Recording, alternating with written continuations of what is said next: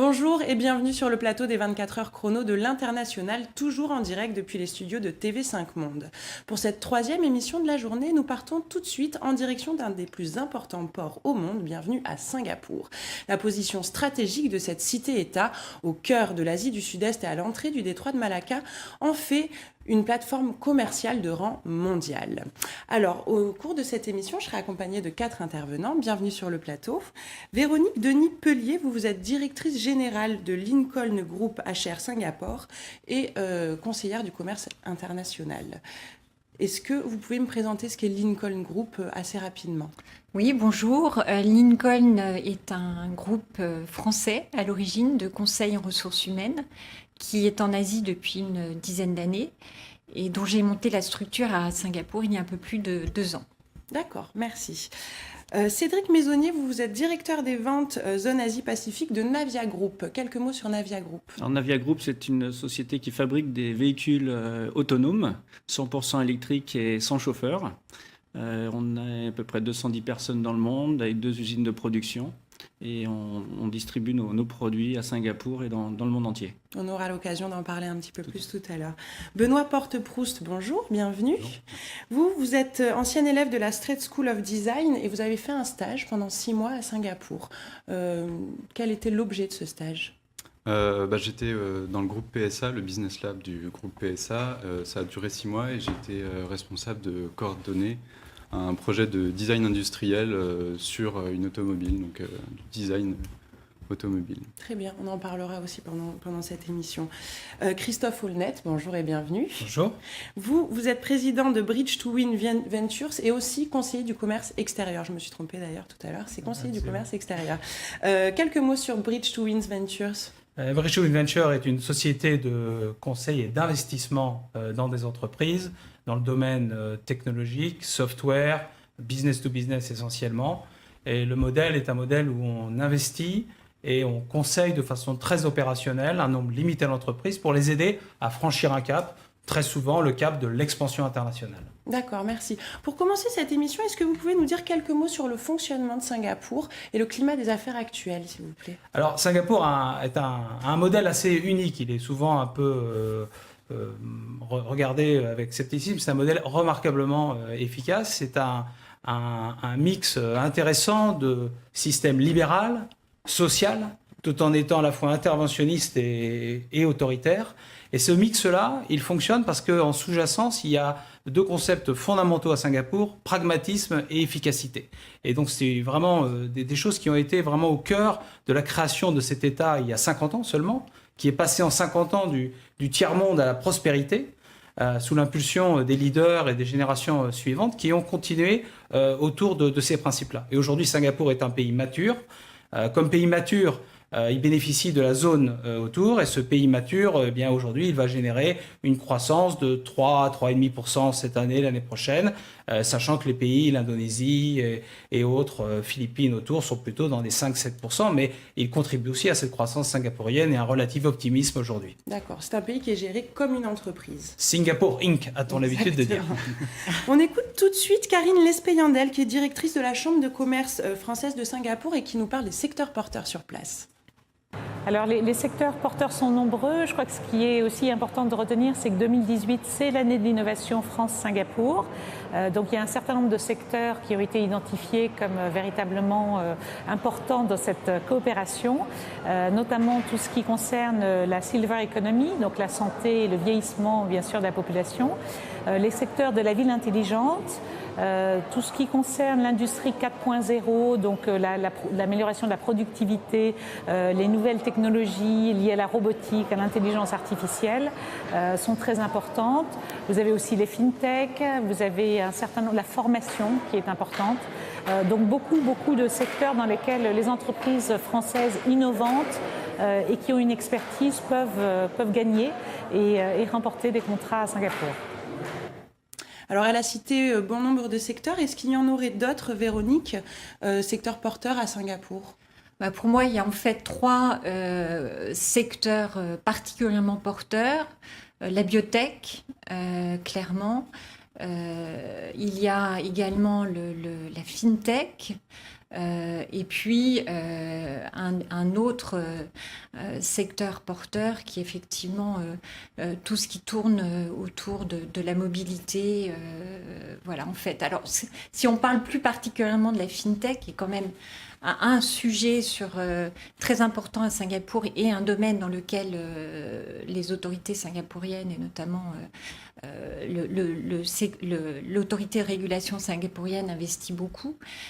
C'est un secteur en fait qui se développe, qui est porteur d'emplois en termes de développement informatique, par exemple, en termes de cybersécurité ou encore en termes d'analyse de données. Alors, si on prend typiquement le domaine des moyens de paiement, dans la digitalisation, l'automatisation des moyens de paiement, on a aujourd'hui un marché énorme sur Singapour et surtout autour de Singapour, puisque une étude assez récente d'A.T. Kearney a démontré qu'il y a environ 60% en fait seulement des adultes globalement qui sont bancarisés. Donc ça laisse quand même une grosse proportion en termes de potentiel. Donc c'est un secteur particulièrement porteur. À la fois en termes de business et d'emploi. Ouais. Merci. Karine parlait aussi de ville intelligente. Cédric, c'est un petit peu votre domaine. Est-ce que vous pouvez nous expliquer qu'est-ce que commercialise Navia Group à Singapour ? C'est vrai que les smart cities commencent à venir et les gros investisseurs travaillent là-dessus dans le monde entier et à Singapour. Nous, on apporte une solution de véhicules autonomes pour pouvoir transporter les personnes le premier mile ou le dernier mile entre les métros, les différents moyens de transport. Et on a de plus en plus de demandes sur Singapour, comme à Gardens by the Bay, comme sur certaines îles aussi, de pouvoir installer des véhicules autonomes pour faire un parcours de 2-3 km sans chauffeur et tout automatique. En plus, on utilise une énergie qui est green, parce que c'est un véhicule qui est 100% électrique, qui marche pendant 9 heures. Ensuite, il faut recharger pendant 4-5 heures. Donc, il y a une grosse demande là-dessus. Les investisseurs travaillent sur l'énergie, sur l'eau et le transport. Et au niveau de transport, on a de plus en plus de demandes de véhicules autonomes. Benoît, c'était un petit peu aussi le cadre de votre stage, la mobilité à Singapour. Quelles sont les autres solutions connectées qui existent ? Il y en a beaucoup d'autres en fait pour interconnecter finalement tous les moyens de mobilité. Je pense notamment, ça arrive aujourd'hui à Paris, c'est arrivé, les vélos en partage sans borne comme Ofo, Mobike, etc. Il y a aussi toutes les applications de ride-sharing qui sont complémentaires aux taxis, donc comme Uber et Grab là-bas qui est très présent. On a aussi des choses un petit peu plus anecdotiques qui sont les navettes qui permettent d'aller d'un point A à un point B sans que la navette suive un parcours précis. Des navettes pas autonomes cette fois, mais peut-être un jour. Donc il y a énormément de nouvelles solutions pour notamment réduire en fait le nombre de voitures dans Singapour. Ils veulent être une car light city, donc une voiture allégée en voiture. D'accord. Et c'est un petit peu On le teste beaucoup de choses, en tout cas, sur place.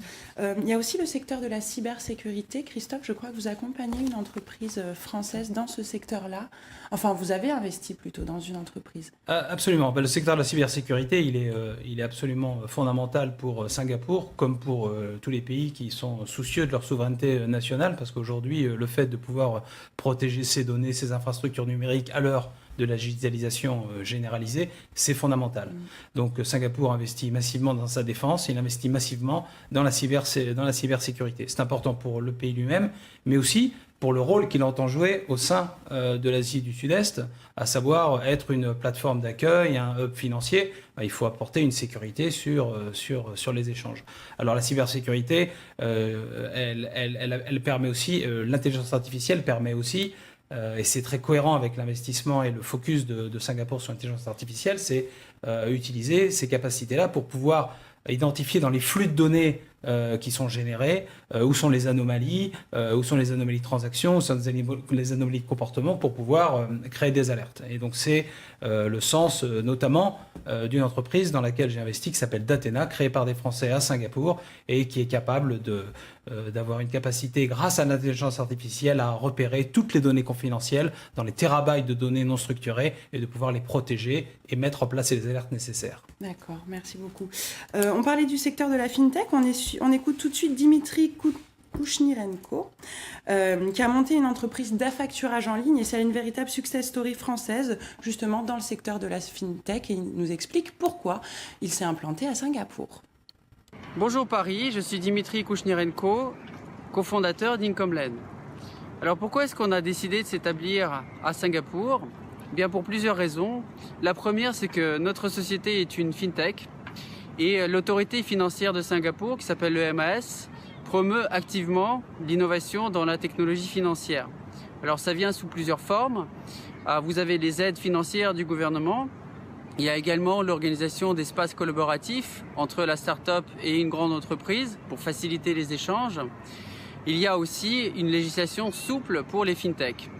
La deuxième raison, c'est la fiscalité qui est très avantageuse pour une entreprise. Et la troisième raison, c'est la facilité et la rapidité avec laquelle vous pouvez établir votre entreprise sur Singapour.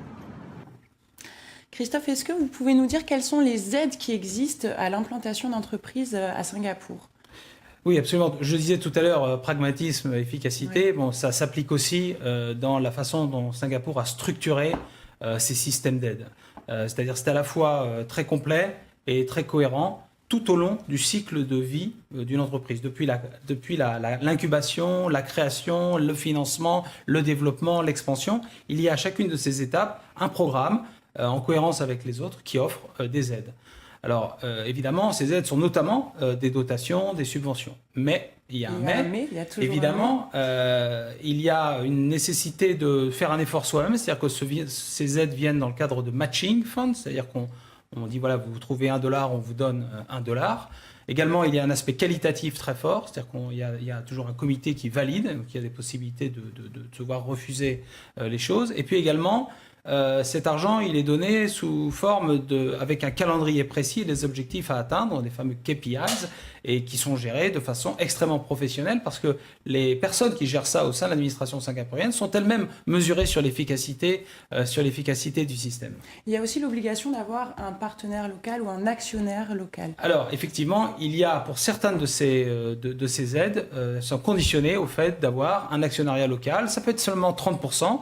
Mais effectivement, il faut bien que l'entreprise réfléchisse avant de le faire parce que ce peut être un handicap pour un futur développement. Donc je crois qu'il faut arbitrer entre le besoin d'aide et les contraintes qui sont sous-jacentes, sachant que de toute façon, ce n'est pas une aide qui fait le succès d'une entreprise, c'est l'entrepreneur, le projet et les personnes qui le mènent. Bien sûr. Vous, Cédric, comment est-ce que ça s'est passé pour votre implantation sur place ? Alors, nous, comment ça s'est passé ? Déjà, comme on est une société internationale, on a plus de 65 véhicules qui tournent tous les jours dans le monde entier. On fait 1300 km par jour. On représente 80% du marché. Mais pour l'installation à Singapour, pour attaquer le marché de tout ce qui est Asie-Pacifique, on a trouvé un partenaire qui est un distributeur exclusif, c'est la société STK. C'est une société d'engineering dans l'aviation, dans les nouvelles technologies et l'armement. C'est une société donc, qui nous aide à distribuer les produits sur Singapour et également à faire toute la maintenance et le commissioning de nos véhicules. Véronique, est-ce que vous pouvez nous faire un point sur l'obtention du permis de travail ? Est-ce qu'il est dur à obtenir ? Alors les conditions effectivement d'obtention du permis de travail se sont un peu durcies, et en particulier ces 2 dernières années. En fait, il y a 2 types de permis de travail. Un premier permis qui est plutôt destiné aux emplois assez peu qualifiés, qui là répond à une logique de quota très précise, en fonction notamment des secteurs d'activité, où il y a un nombre d'étrangers qui sont définis par rapport à un nombre de Singapouriens embauchés. Le deuxième type de visa qui concerne en général assez régulièrement les étrangers qui ont une formation diplômée et déjà d'un bon niveau d'éducation qui arrivent à Singapour, doivent faire la demande de ce qu'on appelle un employment pass. Et donc, sur ce type de visa, il y a des conditions effectivement qui se sont un peu durcies, puisque déjà, il faut avoir un salaire minimum d'environ 4 000 € par mois pour pouvoir obtenir ce type de visa. Et puis, évidemment, un niveau d'expérience et ou un niveau d'expertise de plus en plus exigeant. Voilà, donc c'est un petit peu la tendance aujourd'hui, c'est que quand on est débutant et on a une formation finalement assez classique, on peut avoir quelques difficultés à obtenir un visa de travail à Singapour. Christophe, est-ce que la vision qu'on a de Singapour comme un Eldorado pour les investisseurs et les entrepreneurs est toujours d'actualité? Vous y étiez il y a 20 ans, vous y vivez encore aujourd'hui. Est-ce que cette vision est toujours vraie? Je crois que ça reste un endroit extrêmement favorable, un environnement business-friendly, avec des règles, une pratique généralisée de l'anglais, une facilité d'implantation, un marché autour qui est absolument... On ne vient pas à Singapour que pour le marché singapourien, c'est bien ça aussi qui en est la caractéristique, c'est qu'il y a autour des pays émergents avec des centaines de millions de personnes qui accèdent à des niveaux de vie, donc c'est des sources d'opportunités énormes. Donc de ce point de vue, le potentiel est là, le lieu est extrêmement facile pour la mise en œuvre, mais il faut néanmoins être beaucoup plus préparé peut-être qu'on l'était avant, parce que les degrés d'exigence, notamment de Singapour, par un certain nombre de restrictions ou un peu plus de contraintes sur la délivrance des permis d'entrepreneurs, ce genre de choses, fait qu'il faut venir plus préparé. Mais le potentiel est plus que jamais là. D'accord, bien se préparer et aussi ne pas minimiser les coûts. On fait une courte pause et on revient tout de suite après la pub pour un focus sur les différences culturelles.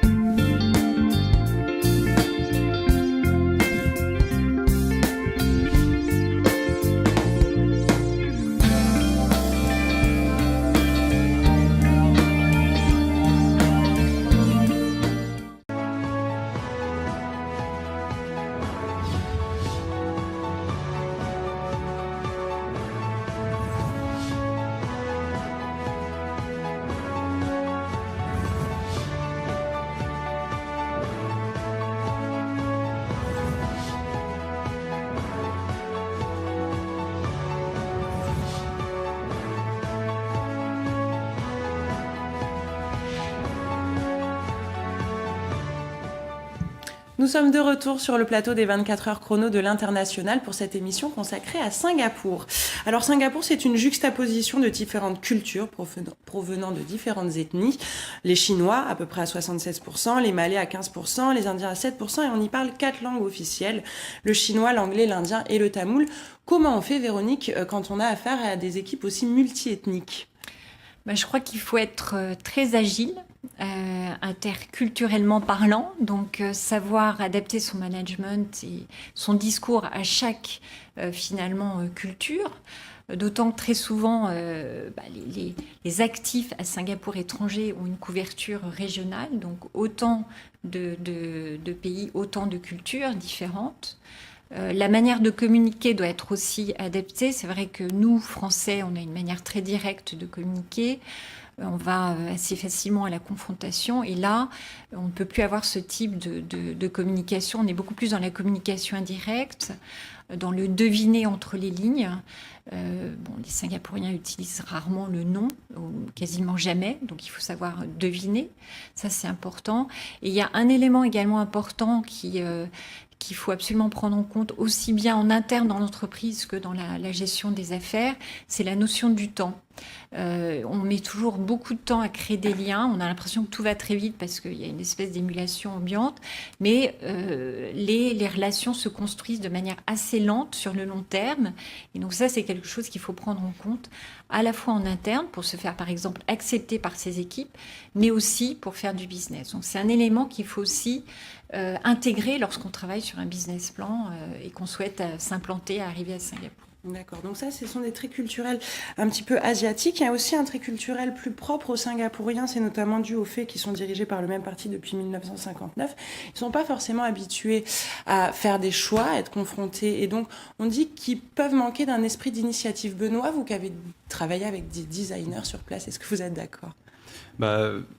Pour les designers, non, parce que par essence, ils sont créatifs et ils sont dans la recherche et la prise d'initiative. Recherche de solutions. Donc pour ça, non. En revanche, ce que j'ai un petit peu observé, c'est un rapport à la hiérarchie, effectivement, très important. C'est-à-dire que il faut avoir une forme de validation de son hiérarchique direct pour avancer. Donc peut-être tout est très contrôlé et pour passer aux étapes suivantes. Oui. Mais en revanche, pour revenir sur les designers, ils étaient dans la prise d'initiative pour le coup. Cédric, comment ça se passe avec votre partenaire sur place au niveau de la communication ? Donc la communication entre Navia et ST Kinetics, qui est notre distributeur exclusif, il y a une relation qui est très opérationnelle avec une Indienne qui est basée à Singapour depuis de nombreuses années. Et effectivement, elle a besoin régulièrement d'une validation de sa hiérarchie. Je suis en contact en direct aussi avec sa hiérarchie, mais souvent ça passe par l'Indienne et puis une validation au-dessus. Donc un petit peu des deux. D'accord. Christophe, est-ce que vous avez quelques mots à rajouter sur les différences culturelles au travail ?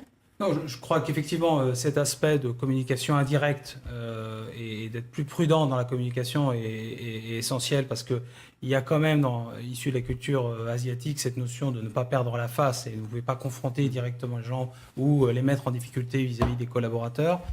Donc ça, c'est un effort sur la communication, mais je pense qu'il est assez bon aloi et que globalement, il y a quand même eu une certaine occidentalisation avec la pratique de l'anglais, les différences culturelles, les entreprises internationales qui quand même apportent des valeurs, des méthodes. Donc tout ceci a tendance quand même à se simplifier, même si cet aspect d'une attention particulière à la communication est absolument essentiel. D'accord. Cédric, vous allez nous quitter. Merci beaucoup pour votre intervention et vos conseils. Merci à vous de votre invitation. Avec plaisir. On marque une courte pause et on se retrouve juste après pour la deuxième partie de cette émission consacrée à la vie quotidienne à Singapour.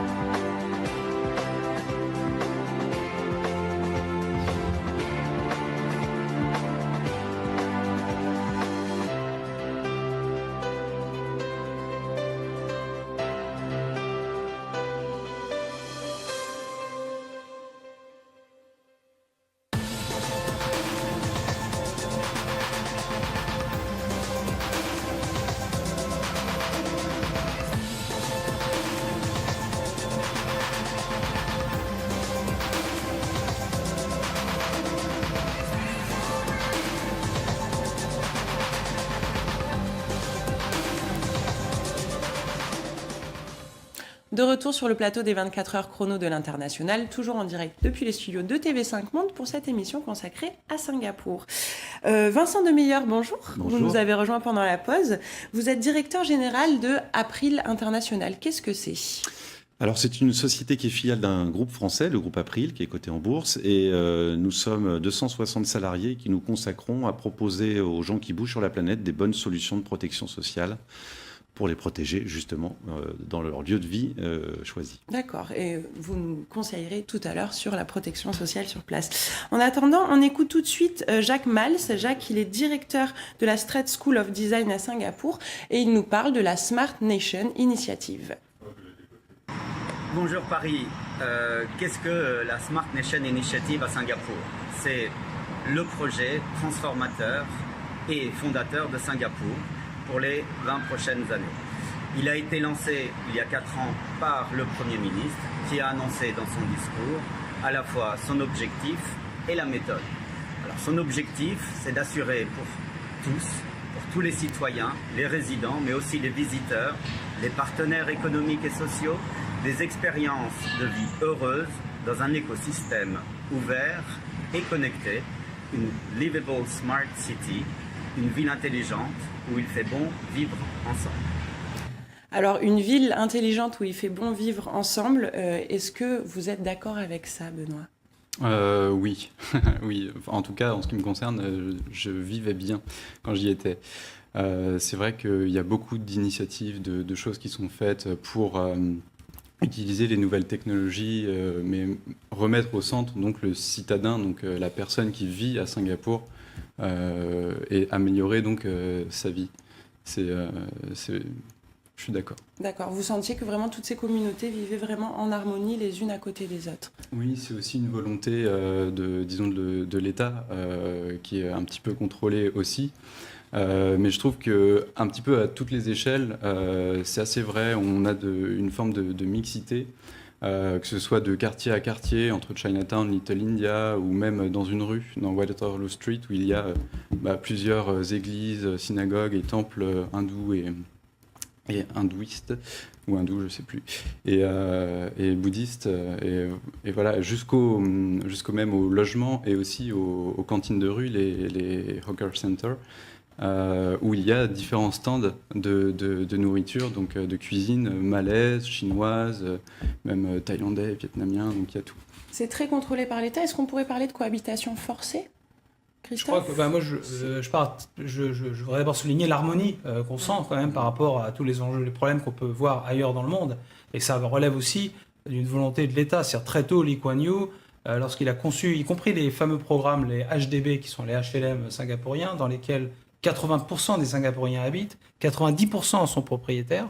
Donc on parlait tout à l'heure de l'aspect social. Ces HDB, il y a des quotas par race. Quand vous avez votre carte d'identité à Singapour, vous avez votre race. Vous êtes chinois, malais, indien ou caucasien comme nous. Et dans les HDB, vous avez des quotas. Et l'autre chose, c'est qu'effectivement, il y a les food courts ou les hawker centers en bas qui sont des occasions pour les personnes de pouvoir aussi... ils mangent pas forcément la même chose, mais ils sont les uns à côté des autres. Et tout ça a été vraiment très pensé par Lee Kuan Yew dès le début. Quand on lit ses mémoires, c'est absolument fascinant à voir. Et finalement... c'est une réussite et ça fonctionne et on se sent parfaitement en sécurité et il y a quand même globalement un niveau de cohabitation. Il y a certainement des frictions et des problèmes, mais par rapport aux autres problèmes qu'on peut voir dans le monde sur ces sujets-là, c'est une incontestable réussite. Vincent, vous avez une collaboratrice qui s'est installée sur place. Comment ça s'est passé pour l'obtention des visas? Oui, et d'ailleurs je la salue, c'est Marie qui est partie gérer une petite équipe pour nous là-bas à Singapour. Finalement, elle me racontait que le processus est cadré, évidemment, comme tout à Singapour. Hein. C'est quand même une ville très processée. Le principe est assez simple. Il fallait qu'elle fasse évidemment apparaître son futur contrat de travail, qu'elle justifie un niveau de salaire suffisant, mais je crois que vous l'avez évoqué juste avant. Un niveau d'éducation, dans le sens, un niveau de diplôme aussi suffisant. Et puis, en même pas 2 semaines, elle a eu son visa, son EP visa, donc, qui lui permet pour l'instant de travailler pendant 2 ans, qu'elle peut renouveler facilement. Et je crois qu'après 4 ou 5 renouvellements, on peut même demander un statut de permanent résident, mais ça devient de plus en plus difficile de l'obtenir. Ouais. D'accord, donc des fois difficile d'obtenir les visas, mais c'est une ville où il fait bon vivre ensemble. Mais alors à quel prix? On dit que Singapour, c'est la ville la plus chère au monde, et on écoute à ce sujet Dimitri Kouchnirenko qui nous parle du coût de la vie sur place. Bonjour Paris. Singapour est notoirement connu pour son coût de la vie élevé. Néanmoins, La situation est plus nuancée que ça quand vous arrivez sur place. Alors effectivement, ce qui va vous coûter très cher, c'est les sorties en boîte de nuit, bars, restaurants, la consommation d'alcool et de cigarettes. Si vous voulez continuer à consommer du fromage, du vin, des bons produits de terroir, pour les avoir ici, vous allez devoir payer le prix fort. Alors après, il y a moyen de réduire vos coûts ici, surtout en consommant local. Il y a aussi ce qu'on appelle ici les food courts, où la nourriture est pas chère et bonne. Vous pouvez également vous approvisionner en produits de seconde main sur des applications comme Carousel. Vous allez trouver de très très bonnes affaires. Enfin, l'électronique, les téléphones portables, tout la high-tech ici à Singapour, ça coûte beaucoup moins cher qu'en France. Véronique, est-ce que vous êtes d'accord avec Dimitri? Est-ce que ça coûte si cher que ça de vivre à Singapour? Oui, ça peut être onéreux, notamment quand on a une famille, parce qu'on a besoin d'un espace un peu plus grand en termes de logement. Donc les logements ont un prix qui est facilement 20 à 30% plus élevé qu'à Paris, en tout cas pour les quartiers les plus centraux. Le deuxième poste de coût qui est assez lourd, c'est l'école, la scolarisation. Une école, alors il y a un très grand choix d'écoles à Singapour, entre le lycée français de Singapour et un certain nombre d'écoles internationales qui sont plus rattachées au système anglo-saxon. Mais globalement, il faut compter entre 10 000 et 20 000 euros par enfant et par an. Ce qui est conséquent. Oui, absolument. Oui, tout à fait. Au niveau de la santé, Vincent, comment ça se passe? Quel est le coût de la santé et est-ce que ce coût fluctue? Alors oui, effectivement, c'est une particularité de Singapour, c'est que les coûts de santé peuvent être excessivement différents puisque les prix sont totalement libres. Il n'y a pas du tout d'encadrement des tarifs de prestations médicales. Le niveau de qualité des soins procurés est très élevé, ça c'est indiscutable. À Singapour, vous serez toujours, sauf exception, bien traité. En revanche, un généraliste, je cherchais le terme, un généraliste, vous pouvez en trouver probablement un équivalent de 30 euros, mais ça va plutôt monter dans les 100, voire un peu plus.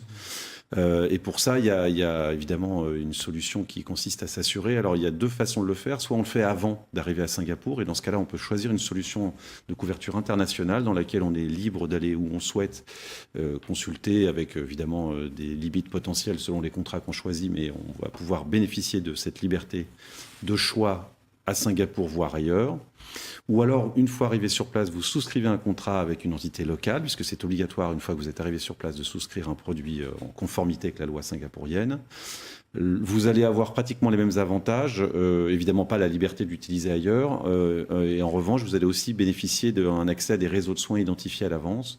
Donc ça peut être plus simple pour les trouver, ça peut être plus pratique pour y accéder.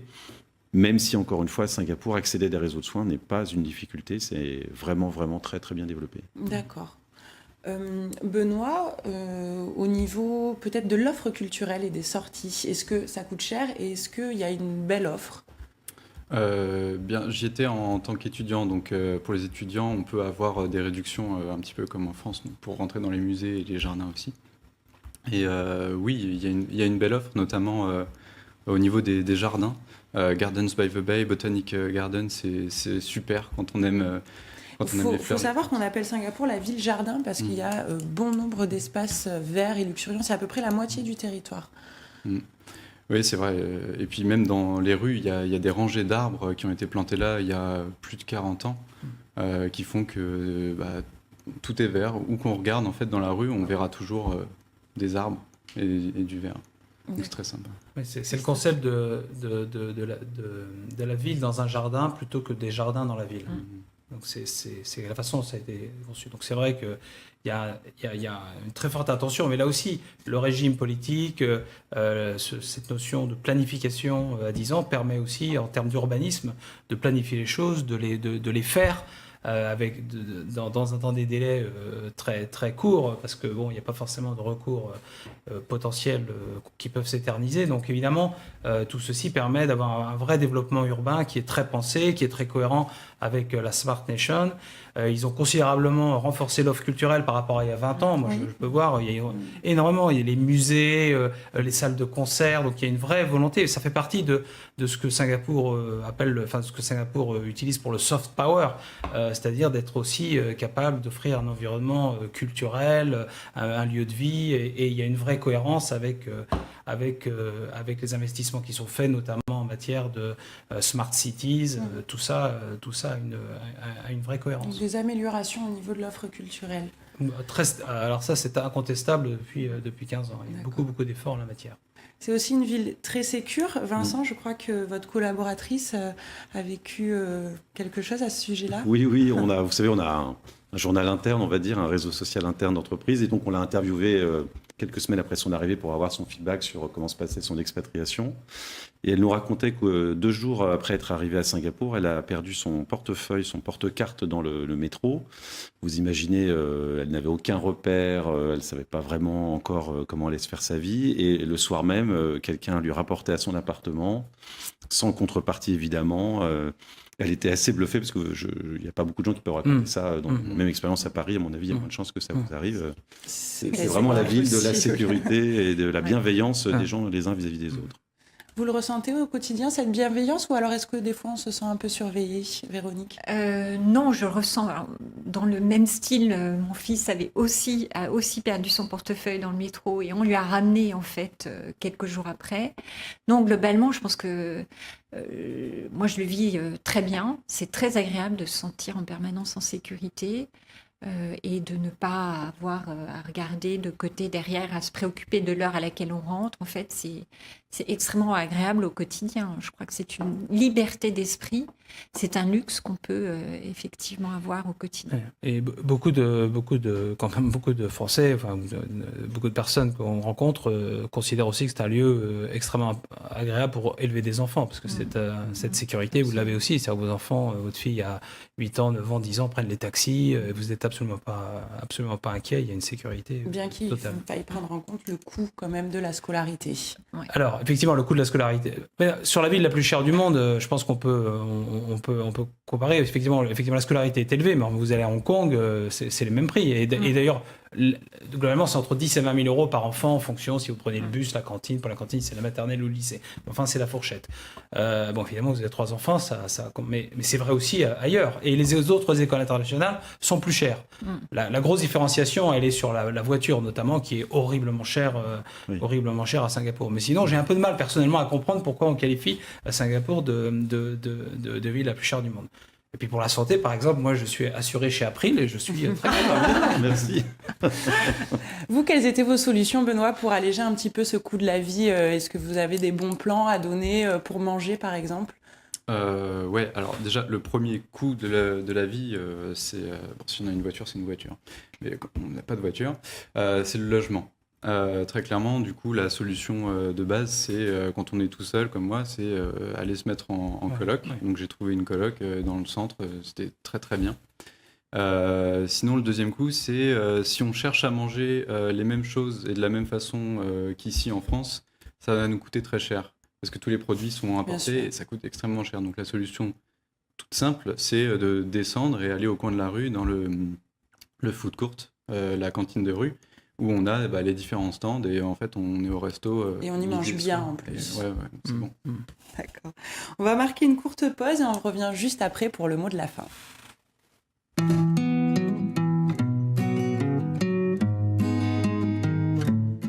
I am 4, I can read and I can write.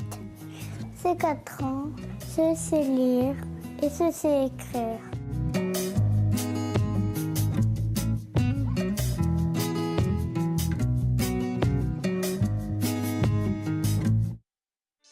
Bonjour à tous. Vous résidez hors de l'Union européenne ou dans les dom-toms. Alors découvrez l'expérience Renault Eurodrive de transit temporaire. Vous savez, les plaques rouges. Pour commander et réserver votre véhicule, 2 possibilités s'offrent à vous. Vous pouvez le commander auprès d'un agent local ou le réserver en ligne sur notre site internet. Avec Renault Eurodrive, vous bénéficiez de la gamme la plus large et la mieux équipée du marché. Voilà, Renault Eurodrive, c'est une voiture neuve hors taxe, un service premium tout compris, et des équipes dédiées qui mettent tout en œuvre pour que vous profitiez au maximum de votre voyage. Renault Eurodrive, c'est vraiment l'Europe en toute sérénité.